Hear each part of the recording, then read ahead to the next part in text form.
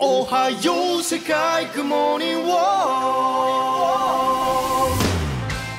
Halo coy, balik lagi sama Animin di sini. Dan kali ini gua akan lanjutin manga Dr. Stone chapter 209. Nah, pada chapter sebelumnya kita kan udah lihat bahwa setelah berhasil membuat rangkaian sirkuit penjumlahan yang kemudian digabungkan dengan rangkaian sirkuit penyimpanan data atau memori yang dikerjakan oleh tim Kota Jagung, pada chapter sebelumnya Senku pun akhirnya berhasil mendapatkan kembali kalkulator ke dunia batu ini.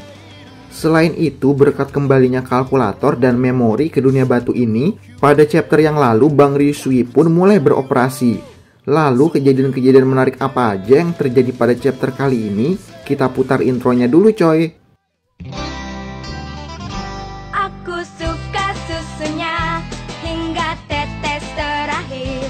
Aku suka coklatnya hingga tetes terakhir. Susu bendera coklat nikmat hingga tetes terakhir. Susu bendera coklat hingga tetes terakhir. Setelah membagi tugas dengan tim-tim yang lainnya, di mana tim Seno dan krunya akan fokus dalam pembuatan mesin roketnya, dan tim Yuzuriha dan krunya yang akan fokus untuk membuat komputer, maka kini Senku dan krunya juga bisa fokus ke misi mereka, yaitu membuat perencanaan misi ke bulan dengan membangun roket itu sendiri.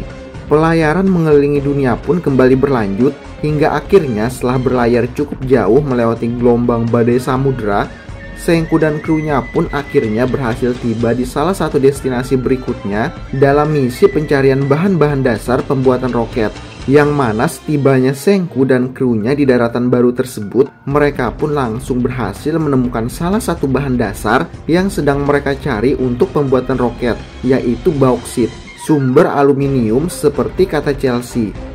Karena menurut perkataan Chelsea, setibanya mereka mendarat di tempat baru tersebut, Chelsea berkata, "Kita nggak perlu mencari kemana-mana, tanah di sekeliling kita sekarang ini terbuat dari bauksit." Mendengar perkataan Chelsea yang mengatakan bahwa saat ini tanah yang berada di sekeliling mereka adalah bauksit, maka itu berarti Senku dan krunya akan dengan segera memiliki kota aluminium setelah baru saja berhasil berlabuh dari pelayaran mereka yang panjang dari India, yang akan menjadi salah satu bahan yang akan digunakan untuk menjadi badan roket nantinya. Lalu proses pengumpulan bauksit manual pun dilakukan. Melihat proses pengumpulan bauksit yang masih dikerjakan manual, Ryusui pun berkata, "Kalau boleh jujur, mesin bucket wheel eskavator adalah yang kuinginkan sekarang. Mesin tambang ultramasif terbuka, perangkat keras terbesar dalam sejarah umat manusia. Aku pernah mengendarai mesin yang dimiliki Nanami Corp. Itu adalah tontonan yang lumayan." Tapi setelah mendengarkan keinginan Ryusui tersebut, Senku pun berkata, "Mungkin suatu hari, tapi untuk sekarang kita akan menambang menggunakan tenaga manusia saja." Mendengar perkataan Senku yang akan melakukan penambangan menggunakan tenaga manusia, Gen pun bertanya lalu berkata, "Kita mau menandingi kekuatan mesin ekskavator tersebut? Berapa banyak orang yang harus dibangkitkan untuk melakukan penggalian dan penambangan sebanyak itu?" Mendengar perkataan Gen tersebut, Kohaku juga ikut menambahkan dan berkata, "Tenaga kerja sebanyak itu akan menghabiskan pasokan makanan kita kan?" Dan tak berhenti di situ, Suika pun ikut menambahkan masalah baru lalu berkata, "Ngomong-ngomong, kita mulai kekurangan cairan kebangkitan juga." Dan setelah mendengar semua permasalahan yang satu persatu muncul tersebut, Francois pun berkata, "Kalian tak perlu khawatir soal semacam itu." Melanjutkan perkataan Francois, Senku pun berkata kepada krunya, "Menurut kalian, mengapa langkah pertama kita adalah menemukan kota Jagung terlebih dahulu? Ingat kalau Jagung menyediakan kita makanan sekaligus memberi kita alkohol untuk membuat cairan kebangkitan."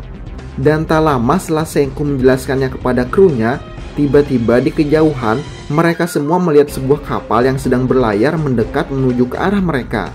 Yang mana ternyata kapal tersebut berasal dari Amerika Utara atau kota Jagung yang digunakan Ukyo dan Yo untuk membawakan banyak sekali jagung untuk persediaan makanan dan memberi Senku dan krunya alkohol sebagai bahan cairan kebangkitan yang saat ini mulai menipis. Tapi selain hanya membawa jagung untuk persediaan makanan dan memberi Senku dan krunya alkohol sebagai bahan cairan kebangkitan, Ternyata kedatangan Ukyo dan Yo juga adalah untuk membawa kiriman berharga yang akan mereka antarkan kepada Senku. Lalu setelah menyerahkan barang berharga yang ternyata adalah Medusa beserta dengan baterainya kepada Senku, Senku pun berkata kepada semua krunya, "Sekarang kita punya baterai baru terisi dalam perangkat Medusa yang sudah selesai." Lalu setelah menerima Medusa tersebut dari Ukyo, Senku pun langsung memberikan perintah pembatuan kepada Medusa tersebut. Namun sayangnya setelah memberikan perintah pembatuan kepada Medusa tersebut sama sekali tidak merespon dan membuat semua orang kebingungan. Lalu setelah melihat semua krunya kebingungan dengan apa yang sedang terjadi, Senku pun berkata, Medusa yang umurnya sudah bermilenium tahun itu sudah terlalu tua untuk bisa berfungsi kembali. Cuma yang ada di Pulau Harta yang masih cukup baru dan bisa berfungsi. Lalu setelah mendengar penjelasan dari Senku, mengapa Medusa yang baru saja diterima dari Ukyo tersebut tidak dapat berfungsi setelah mendapatkan perintah pembatuan dari Senku, semua orang pun menjadi mengerti bahwa ternyata barang berharga yang dibawa oleh Ukyo tersebut adalah baterai Medusa baru yang terdapat di dalam Medusa tua yang dibawa oleh Ukyo, yang nantinya dengan baterai baru Medusa tersebut Senku akan mengambilnya yang akan dimasukkan ke dalam Medusa yang mereka dapatkan dari Pulau Harta yang kehabisan energi dan membuat Medusa mereka dapat berfungsi kembali dan membuat mereka dapat dengan mudah membatukan orang setiap hari.